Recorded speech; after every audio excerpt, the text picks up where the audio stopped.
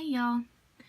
So today is the first day of autumn, which is awesome. This is one of my favorite times of the year. This and spring are my two very favorite seasons. And it's really, really cool. It's been in the upper 80s and 90s here. It's been humid. It's been miserable. We've had rain. But today, the first day of autumn, like I said, there's a cold front. And it is wonderful. It's in the upper 60s outside. It's a little humid, but it's not bad. But when it's in the 60s, whatever with the humidity, it feels incredible. I've got my doors, my windows open. I've already been doing my cleaning. I think I've told you all before in a previous video, in spring and in fall, I do a cleaning of my house. I do a deep cleaning. There's a few other times in the year that I do that, but those are the two main ones, is spring and fall. No matter what else happens, I do a deep cleaning of the house, fall and spring. So I've been doing that. My little boo-boo, he's visiting his mama and papa, so he's not home to be hanging on to my shirt tail everywhere I go. I miss him terribly, but it's hard to do anything with a little one around. So I got that done. I went through, saged everything really good, and I got to thinking, I wanted to make this. I always go through and burn some nice herbs before I clean everything, and then I burn some more after. And I wanted to do this one in particular, but the way I'm going to do this one, I'm going to incorporate my candles. I do this. This is something that I do on my boo-boo's birthday every year. Since he's been born, I do this. Not this particular incense recipe, but with the candles, and this is what I'm making this little bit of incense for, is for these 3 candles you see. I mix an incense blend together, and I burn it on his, I have a little, it's like a little honey jar, and their little umbilical stump when they lose it, when they're little bitty ones. Well, that's in that honey jar. And I make him a little candle with his little herbs, protective herbs and things, and burn it on top of the candle, on his birthday. I just think it just feels very nice to me. So I'm doing this one just for the house today. I've got my soup cooking. I've got some homemade bread. I've broke out my homemade wine. I make wine a couple times of a year. I make a spring wine and more of a fall wine, which that one in particular is my port. But anyway, I get to rambling on, and y'all aren't here to listen to me ramble on, are you? So, I wanted to have a nice candle to burn with that. I'm also going to burn, let me show you guys, because these are ready. If I can, there it is. For those of you that watched my homemade kiffy recipe video, here they are. Look at that. They're nice and hard now. Oh, you come back here. They're still just a little bit, like, there's still just ever so slightly, like, you can feel just a little stickiness to them, but it's not really bad at all. It, like, doesn't leave a residue on your hand or anything. So, tonight, I'm going to cut this one, now that I've got it out and pawed all over it. Tonight, I'm actually going to cut this one into fourths. I'm going to burn a fourth of it in the house, and the rest of it, while I sit outside on my back patio and drink me a little wine, I'm going to burn the rest of it outside. And you don't need a whole kiffy ball. Like, this is too much to burn inside your house. You would have way too much smoke in your home if you did that. I mean, if you have a great big ginormous house, that might not be a problem, but I have a fairly average house, and that would be way too much, even with my doors and windows open, y'all. Oh gosh, it smells so good. Okay, so I'm going to sit this back here because that is mine. Put it over here out of the way. Okay, so back to what we're here for, right? So I'm going to make a little bit of an incense blend, and I'm going to place it in the middle of these candles, which I'll show you all here in a little bit. We'll get back around to that. What I have in here is a little bit of white sage, a little sliver, it's a tiny little sliver of dragon's blood, and to that I'm going to add a little Palo Santo that I powdered up. I'm going to add just a touch, y'all, not a whole lot, just a little bit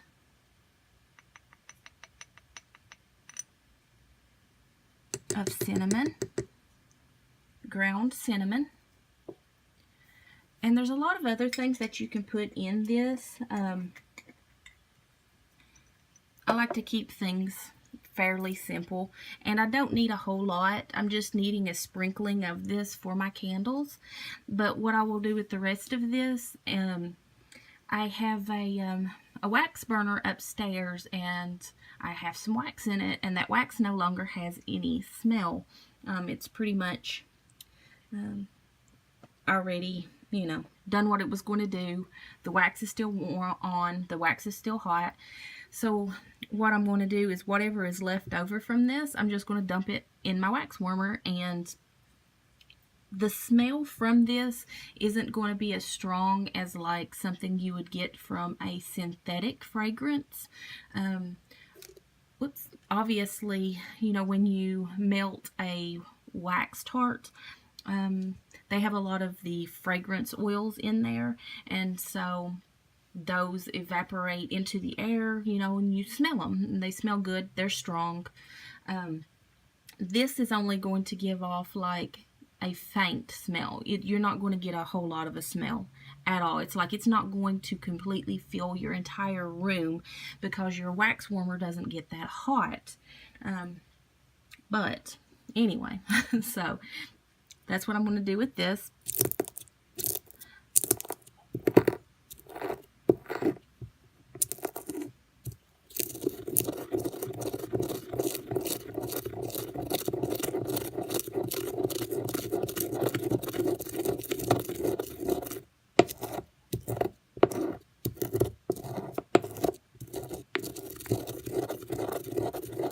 As you can see, it doesn't take much for that dragon's blood resin to grind up. Something that I really like about dragon's blood is that it doesn't take much. It doesn't really get gummy and sticky on you like frankincense would. Now, the white sage, being an herb, is going to be harder to grind up than, say, your resins.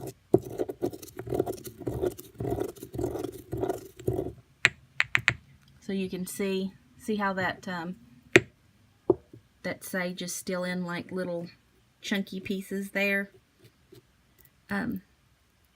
Now, if you want this to be a more uniform smell, you would want all of this ground down into a very fine powder.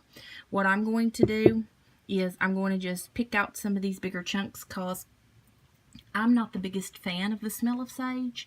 So I really just need a little bit of that sage in there. So I'm going to grind this a little bit more, pick out some of these bigger pieces that didn't quite grind down, and I'll get back with you. Alright, y'all. So here's what I got, which is way too much for just my candles.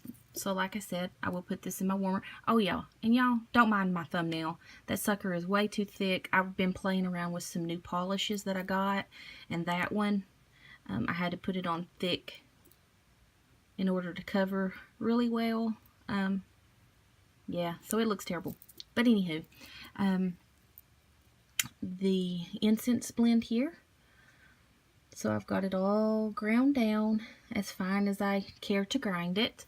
Now, I'm just going to take a little bit of this. Let me move this out of the way. Grab my candles here.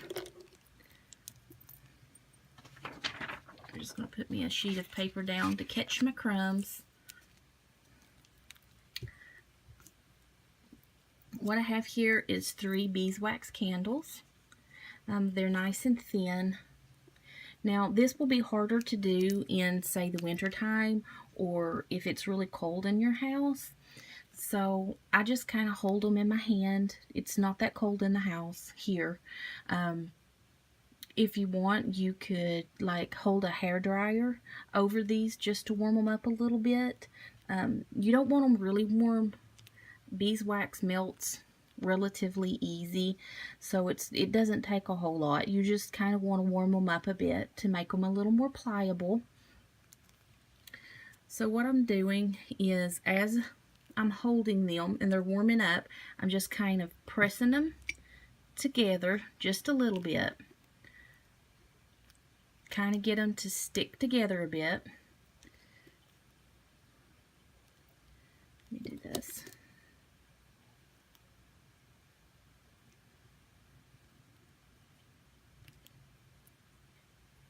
And you have to be careful, y'all, because if you don't, you will break these. They're quite thin. And what these candles right here are for, they're used to light other candles, like those big deep 7-day candles in the glass containers. You can use these to, you light one of these and you can reach down inside and light those candles in a deeper, like I said, in a deeper container. So now I've got 2 of them kind of sticking together. You guys can see that. I'm going to take a little bit of my powder and I'm going to put this on the inside of my candle here, on these 2. It's really hard to do for me to do from this angle, y'all. I'm sorry. I'm not used to doing any of this and recording it, so it's kind of hard. So you don't have to have a whole lot on there, just a little bit. You're going to kind of get your smell and you get your effect from that little bit that you have on there. Doesn't take a whole lot. Now, I'm going to take and I'm going to twist my candles together very slowly. Just a little bit of pressure. It doesn't take much. Just hold them together and twist them.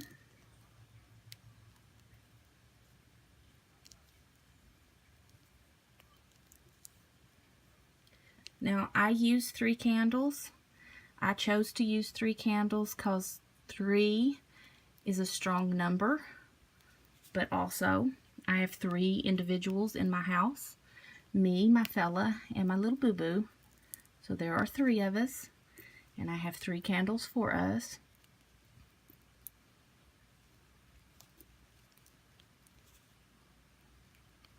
You just twist it together.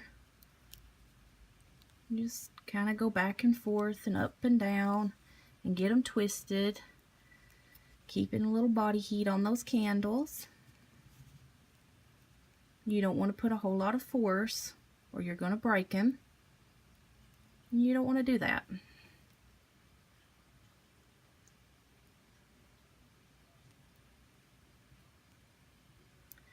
And there we have it. There's my candle. Look how pretty that is. Now you can put oil on this and put a little more of your herbs on the outside if you'd like to. I don't feel the need. I just needed a little bit of those herbs in here. That's all I really wanted. The rest will go in the wax warmer. Let's see here. Now I can take this and melt a little wax, drip a little hot wax in the bottom of that, and stand my candle up in here and burn it. Now, this is something you do not want to leave unattended, obviously, because it's a candle, but also you've added some herbs, resins onto this, and those things will burn when the fire hits it. You don't ever want to leave anything like that unattended. Anytime you take a wax and you add something to that, you are increasing the risk of a fire. So keep that in mind. Just keep that in mind, y'all. That these are pretty. I always make these. They're kind of special to me. That's why I decided this time to share it with you all, since I was making one. And you can get these in a little bit of a thicker size. You can take your first two candles, and after you press them together, you can add your incense powder in there, and you can take like a hairdryer, or you can take a little bit of wax from another candle, and you can drip over them to kind of get that incense powder to stick if you want the incense a little thicker throughout the candle. But like I said, I don't feel the need for that. I just wanted a little bit of that powder on the inside of my candle. Yeah, so if you're interested in this, look these up. You can find these online. I get mine. Where's my box? And I'll show you all. Hang on, y'all. Oh, here it is. I got a big box here. See, great big box of these, 50 in a pack. And I know y'all couldn't see that very well, but it comes in a little box, 50 in there, and they're a little more expensive, y'all, because it is beeswax, and beeswax is a little more expensive. But they're not as expensive as if you would bought a big beeswax candle in about that size, if that makes sense. All right, so I hope maybe you all enjoyed this video. Remember fire safety, and I hope you all have a great autumn. Also, stay tuned, because if you're interested in these sort of videos, I did make an ink making video, and that was using some berries I found on my property, and probably a lot of you could find somewhere around where you live, because it does come from a weed. So, all right, you all have a good one.